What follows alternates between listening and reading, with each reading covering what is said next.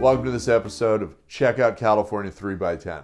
Today my special guest is Mr. Bruce Ford from Lodging Econometrics. Welcome, Bruce. Craig, you got me for another day. All right, I love it. We don't get you out on the West Coast often enough. No, this is true. Bruce, would you give our audience a little bit of your background and what Lodging Econometrics is in case they don't know? So we're a family-owned business based in New Hampshire. My dad was a hotel guy going way back and set up a company of a hotel management company and a hotel brokerage for all of his kids to come work in the hotel business. And then when I got out of college in 1995, we started Lodging Econometrics soon thereafter.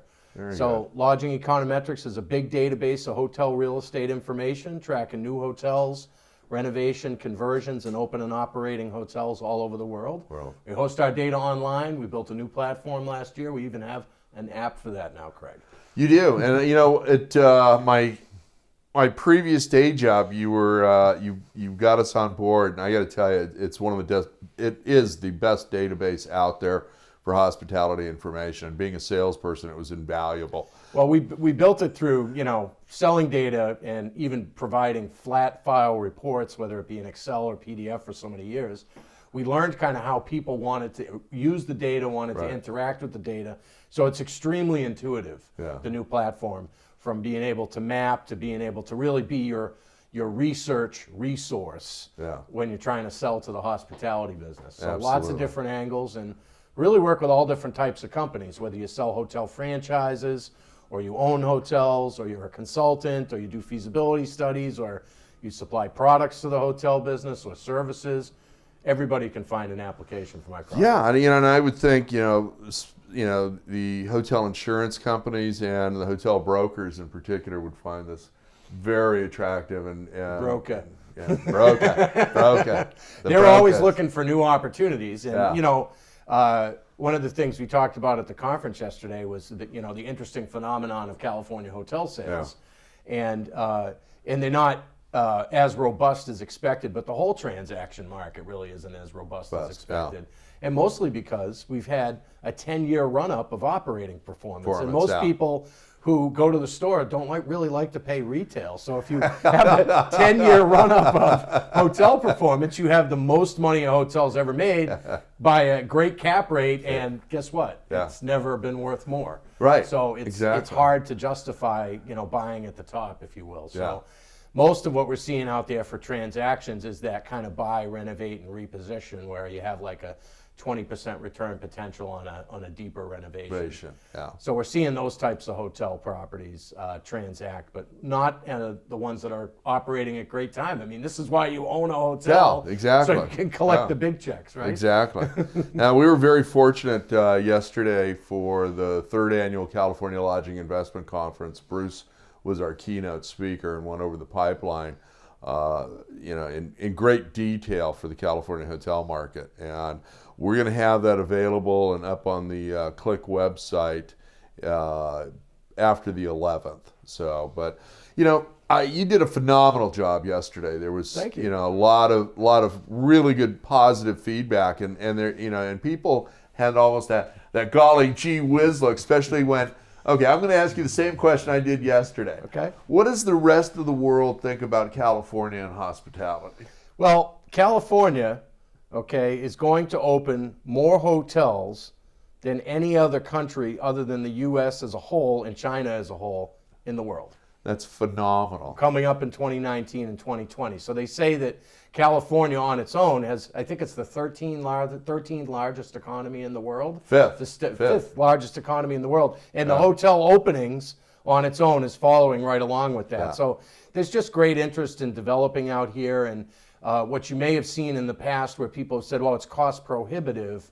Now with the kind of the new model rooms of some of the brands and the kind of the resetting of upscale and upper mid-scale, we're actually seeing development even in downtown San Francisco, which has been cost prohibitive for a long time. Well, yeah, and it's somewhere. Last time I looked, and I know this is stale dated at this point, so I'm going to say it's somewhere between $1 million and $1.2 million to build a new hotel per room. Yeah. So when you've got construction costs of that, for $1 million to $1.2 million per room for a hotel in a metropolitan market like San Francisco where staging is impossible. You just start going on and on from there. So yeah, I mean it's phenomenal. So, Well, San Francisco has a unique aspect in that it's one of the top 2 rate markets in the country, if not the top.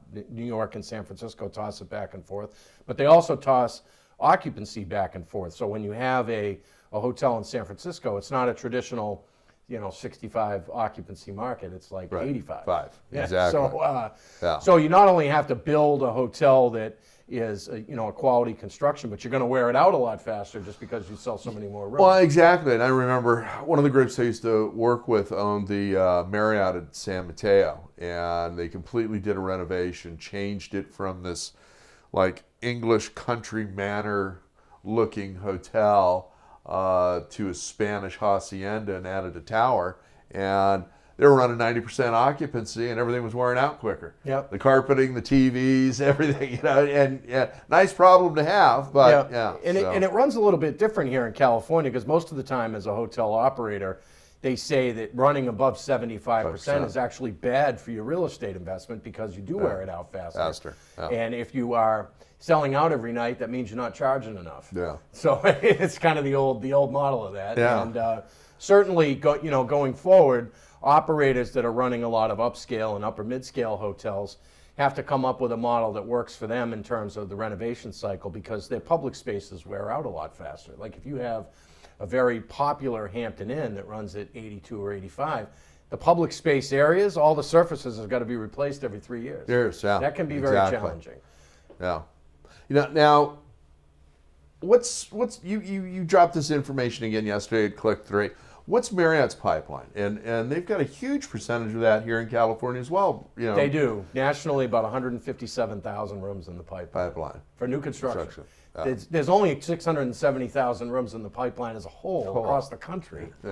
And they've got 157,000. And how much of that's in California? Yeah, it was a big number. Yeah. Geez, you're going to get me right off. How about a percentage? Well, it's my 15%? recollection. I didn't really put the Marriott number up there for California.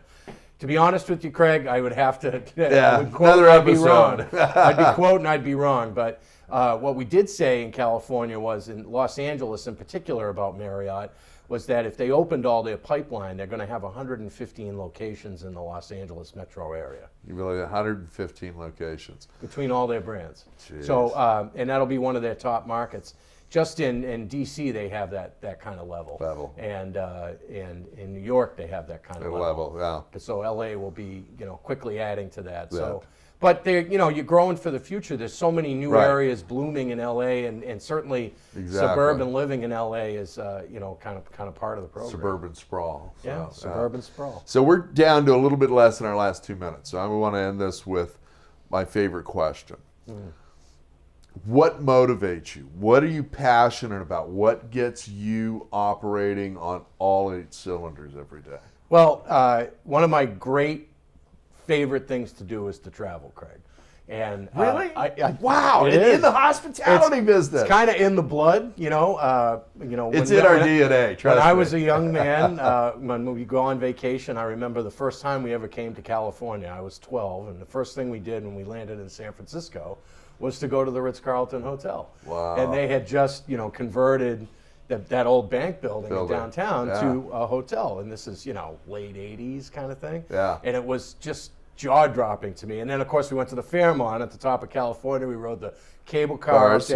Forget it. I was hooked, man. That was, and ever since, that was kind of, we always built our trips around with my dad to go into hotels. And so I enjoy travel so much. And just in this trip I've done alone, I've gone to 3 different conferences and been to 4 different cities and just meeting people and talking about the industry. Sure. I get waked up and charged up every day to do that. There you go. Hey, my friend, thank you for joining us today. Hey, my pleasure, man. Really appreciate it. Thanks a lot. Again, Bruce Ford's info deck from the 3rd Annual California Lodging Investment Conference will be posted soon, so you can find it at cliconference.com. Now, we're taking the show on the road, and if you would like to feature one of your hotels, a restaurant, an entertainment venue, your team, your offices, give us drop us an email at info@cliconference.com. I want to thank partner Channel OC for making this all possible, and we are on the road throughout California. Thank you and goodbye.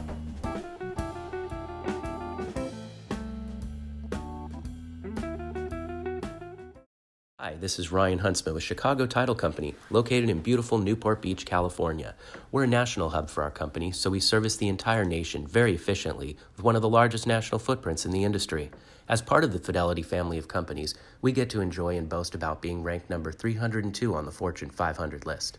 We're very proud of our tenured staff as they handle some of the most complex and high liability transactions across the country in a very professional and pragmatic fashion.